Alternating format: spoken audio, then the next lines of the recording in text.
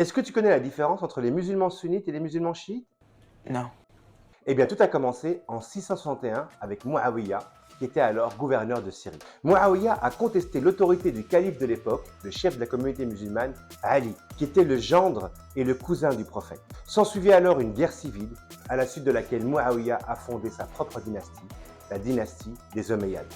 Ceux qui ont suivi Muawiyah, en considérant qu'il était sur la bonne voie, la voie en arabe se dit Sunna, la voie du prophète, sont appelés aujourd'hui les sunnites. Et ceux qui étaient les partisans de Ali, qui se dit en arabe Shi'atu Ali, sont appelés aujourd'hui les chiites. Ces divisions, ces différences ont façonné le monde musulman jusqu'à aujourd'hui encore. Ainsi, des pays comme l'Arabie Saoudite, le Qatar, l'Égypte, la Turquie sont des pays sunnites. Alors que l'Iran, une partie du Yémen, le Liban sont plutôt chiites. Et ces différences ont alimenté des factions et des groupes qui sont financés par des pays en fonction de leur idéologie. Le Hamas, par exemple, est financé par les frères musulmans et par le Qatar, qui est plutôt sunnite. Alors que le Hezbollah, au Liban, est financé par l'Iran, qui est chiite. Mais s'il y a bien une chose qui rassemble les sunnites et les chiites, c'est leur attachement à Jérusalem en tant que lieu saint de l'islam.